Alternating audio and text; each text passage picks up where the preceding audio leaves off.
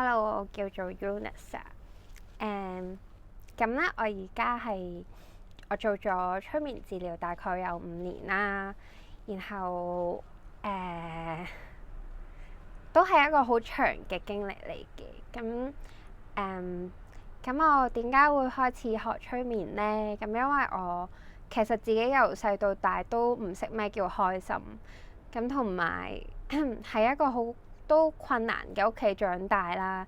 然後一路都唔開心㗎，即係好似平時要戴住個面具見人咁樣，然後啲人成日都點講呢？即係你會見到身邊嘅人係好開心啦，咁但係你又會發現自己好似唔識開心咁樣，即係就算你會笑同埋你會經歷一啲嘢，係可能你都同大家一齊會歡笑咁樣嘅，即係都會開心咁講嘢啦。咁但係呢種感覺從來對我嚟講都唔長咯，即係好快，當我自己一個或者係隔咗一陣嘅時候，咁我就會發現其實嗰個開心嘅感覺消散得好快。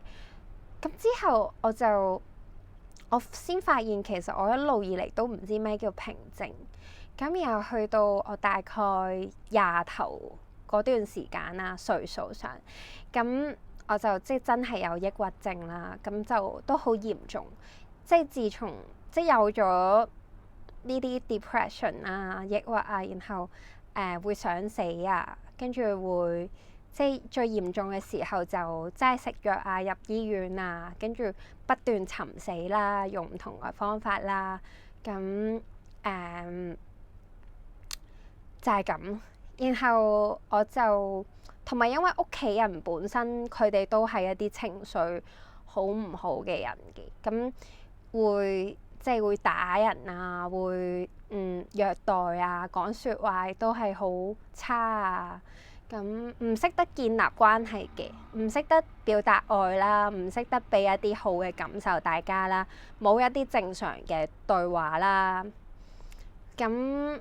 係啦。然後我其實喺呢段路係都沉迷咗好耐嘅，咁但係我自己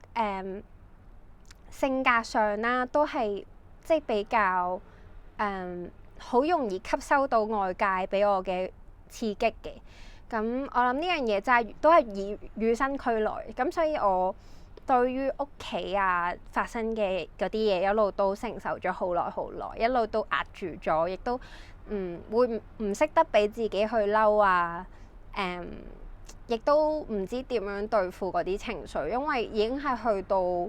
真係我自己都收拾唔到啦，真係你話去儲咗咁多年，儲到去20歲，係啦，咁所以我而家都係點解我會突然之間講呢啲嘢咧？即係我真係想去俾你知道我係點樣由呢條路走過嚟啦。咁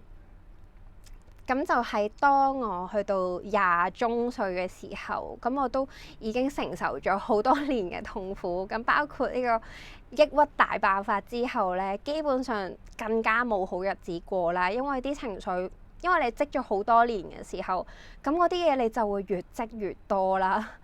越嚟越深啦，越嚟越你覺得唔知點處理啦。所以每次當個情緒再爆嘅時候咧，就真係越嚟越差，即係去到一個貼地。咁但係有一樣嘢咧，佢救咗我，就係一種幫人嘅心。咁就係我發現啦，我除咗會自己唔開心之外，我都會對個社會同埋對身邊嘅發生嘅人事物，我都好容易會共情，會覺得佢哋好慘啊，會覺得尤其是啦社會上面，如果發生咗一啲好大單嘅嘢時候，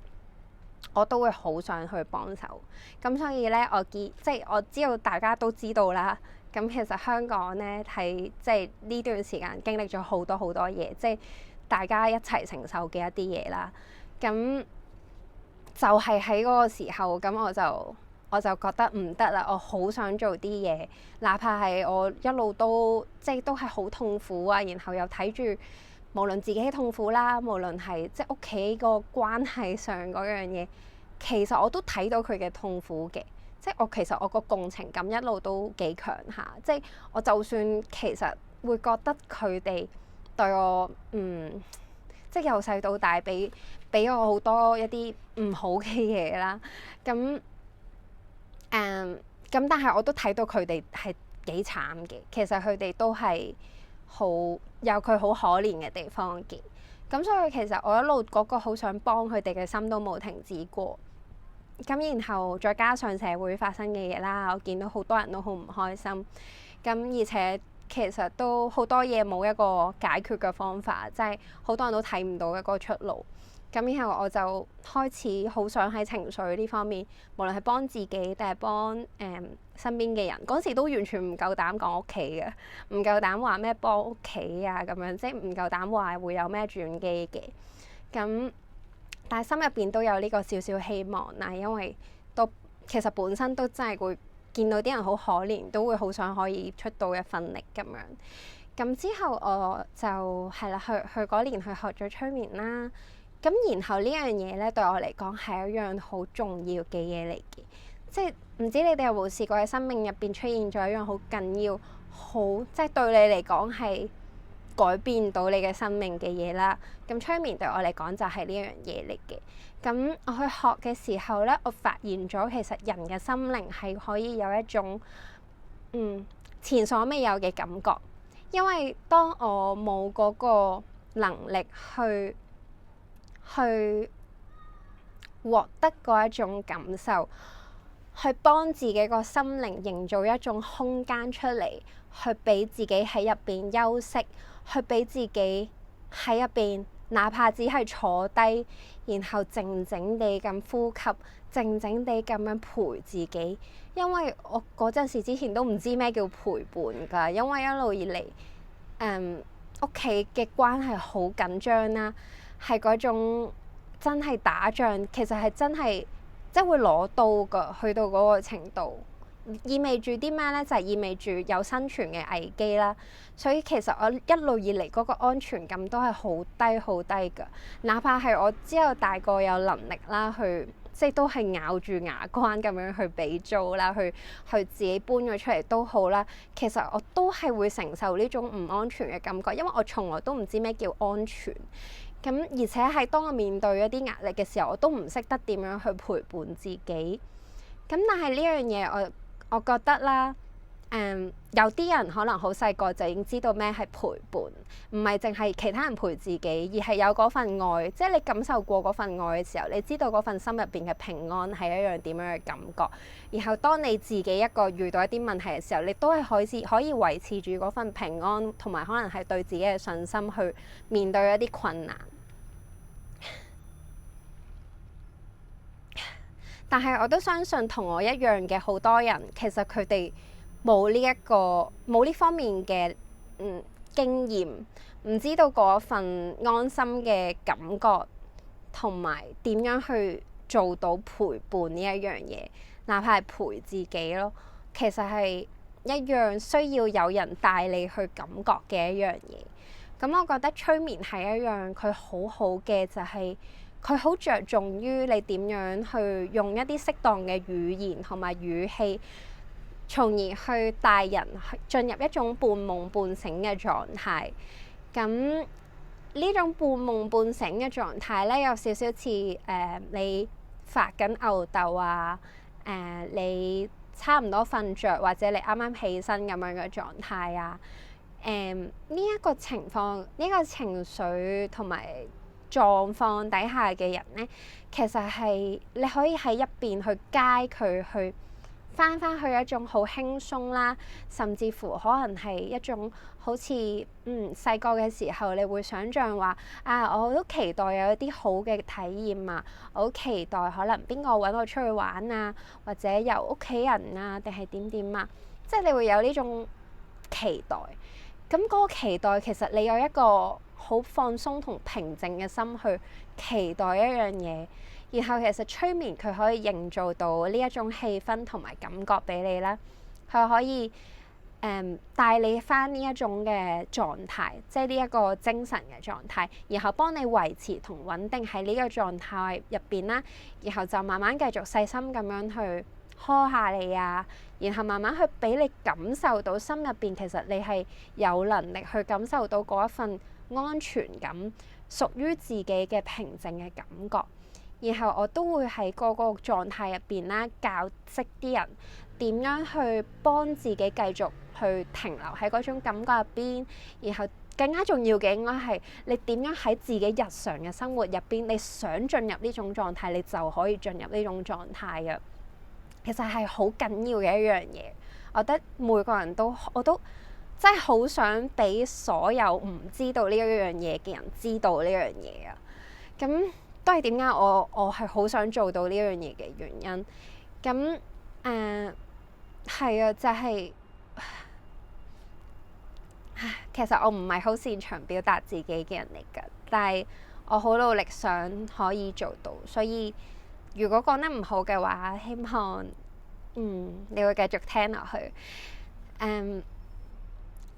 所以我做嘅一啲服務啦，之前其實都已經有5年嘅經驗左右啦。咁然後我都成功做咗70至80次左右嘅催眠啦。咁然後都有幫助過一啲朋友仔去進入一啲好深層次嘅議題。咁除咗幫佢哋揾翻平和嘅感覺啦，而且去幫佢哋點樣喺日常生活入邊啦，譬如有時你失眠咪好繃緊啦，或者當你真係成日喺一種情緒好差嘅狀態入邊，點樣去抽離翻出嚟，進入翻一種平安呢？點樣可以溫柔咁對自己，可以呵下自己，去學識呢樣嘢呢？咁我覺得我係可以做到嘅，因為之前我都一路都係用呢一個我嘅方式去幫人啦。咁我唔知你之前有冇試過相關嘅嘢啦，但係我想同你講，其實呢一樣嘢係好睇嗰個幫你做呢一樣嘢嘅嗰個人嘅特質嘅。咁如果你之前做過，然後你即係做過可能類似嘅一啲療癒類型嘅嘢啦，你可能覺得都幫唔到你嘅話，我希望你會可以都試下，因為每個人佢用嘅其實係用緊佢呢一個成個人嘅特質，同埋佢嘅靈魂，同埋佢個心意，同埋技能同經驗，係所有嘢加埋，即係呢個人其實就係我呢個人可唔可以幫到你手呢？咁樣。咁我希望你如果而家睇咗呢一條片嘅時候啦，咁你可以覺得自己可以試一試嘅話，或者你身邊嘅人可能有需要試一試嘅話呢，咁就歡迎嚟揾我啦。咁我會去盡量想辦法去將呢樣嘢去更好咁樣幫你度身訂造。咁係，等我諗下仲有咩要講先。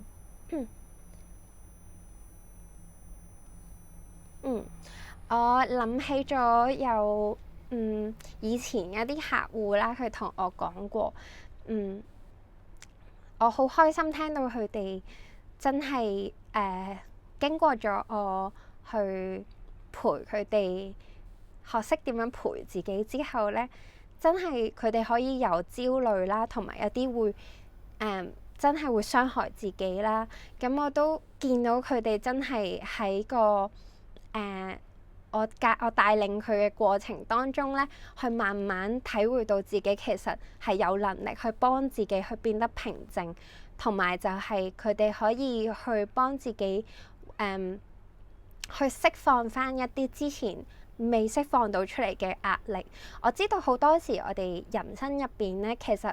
有好多嘢我哋而家暫時都解決唔到㗎，即係可能我哋都要去付出去努力先至可以解決到而家嘅一啲困境。但係我哋可以做到而家呢刻可以做到嘅嘢，就係我哋點樣去準備自己變成一個更加識得去喺呢一啲逆境入邊生存到可以自處到嘅人呢？呢樣嘢就係我覺得催眠最有價值嘅嘢，或者所有心靈上邊嘅療癒好有價值嘅嘢，就係佢可以幫助到你點樣喺你未改變到嘅環境之前，你可以有一啲方法去幫自己由一啲情緒去抽離出嚟，同埋最簡單嘅就係瞓得着咯，因為瞓之前好容易我哋都會好緊張啦，好唔舒服，成個人好繃緊啦，係咁睇手機，係咁好似好想睇一啲嘢，然之後去幫自己即係有嗰種滿足感。咁但係其實越睇咧，有時個心就越唔定，然後就會更加瞓唔着。所以其實瞓覺真係好緊要㗎，因為瞓覺你嘅大腦會自動幫你 filter 走一啲嘢，會過濾走一啲嘢啦，同埋會令到你個人精神好啲啦，同埋足夠睡眠真係可以幫到你清到毒素㗎。因為人嘅身體本身有治癒嘅功能，咁我都希望至少你係可以瞓得好啦。咁係啊，我衷心希望係可以幫助到你啦。咁我知道我都係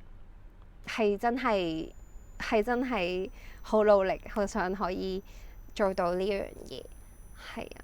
咁如果有其他嘅問題啦，同埋一啲特定嘅要求，咁都歡迎你隨時話俾我聽。咁好，就講到呢度先啦。希望你今晚都瞓一個好覺啦〜